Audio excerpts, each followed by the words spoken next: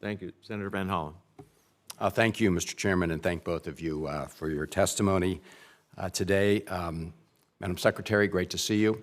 I want to follow up on some of the things you just spoke about as well as in your testimony, which is that we know China has the ambition of becoming the dominant country and self-sufficient in key leading-edge technologies, right? And they have a plan to do it. They have their 10-year plan, and they try to follow those plans. I agree with you and with the President that the number one thing we need to do is get our house in order here at home. The CHIPS and Science Act was a very important piece of legislation. The CHIPS piece, as you know, is funded. We need to fully fund the science part of the CHIPS and Science Act to maintain our competitive edge.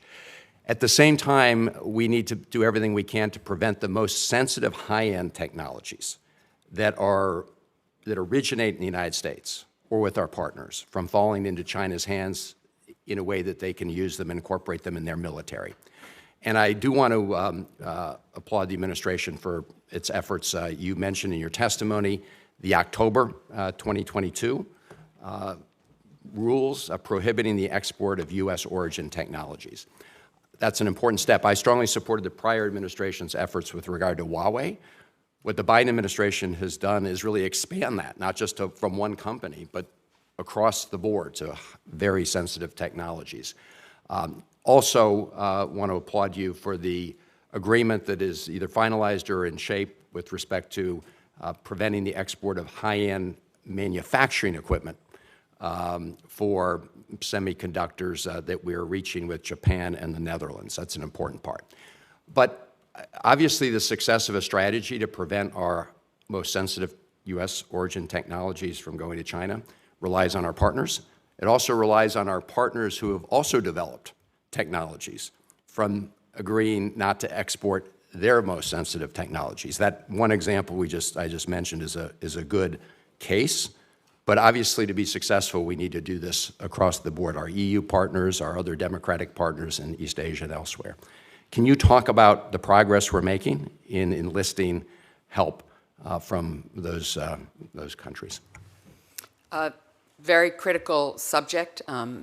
Thank all of you for your support when it comes to what we've done to make sure that sensitive technologies here don't find their way to China. I think we are also looking at a pilot potentially on outbound investment as well of sensitive technologies, and that's something that we are continuing to discuss, and we'll consult with all of you on Capitol Hill before we go forward, should we go forward, but I think it's important. Early on, my first trip as Deputy Secretary of State was to Brussels to launch the U.S.-EU-China dialogue. Out of conversations, we also began Indo-Pacific consultations with the EU.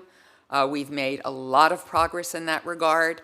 I think we are really together in a way we have not been before on China at large, on Taiwan specifically, which was a topic that the EU didn't want to talk about at first, and now it's in every document, whether it's the G7 or the EU or NATO. China is now a strategic component of every discussion that we have. The TTC, the Trade and Technology Council, that's led by the Secretary of State and the Secretary of Commerce, is laser focused on technology.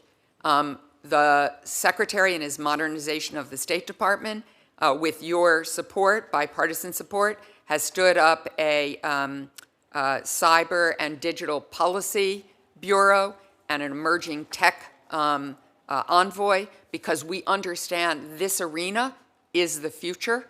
So I think we're making good progress with allies and partners around the world, but it is very painstaking work. Yeah, but critical. Well, thank you. No, I appreciate the recognition of the urgency of this matter, and I know you're working on it because getting this right is key to the success, right? If you're trying to prevent the export of key technologies, one hole in the boat can ruin the whole enterprise. I do want to mention a bill that I authored with former Senator Ben Sass called Protecting U.S. Intellectual Property, that gives the executive branch many more tools to go after those who steal U.S. technologies. A report is due on that in 180 days.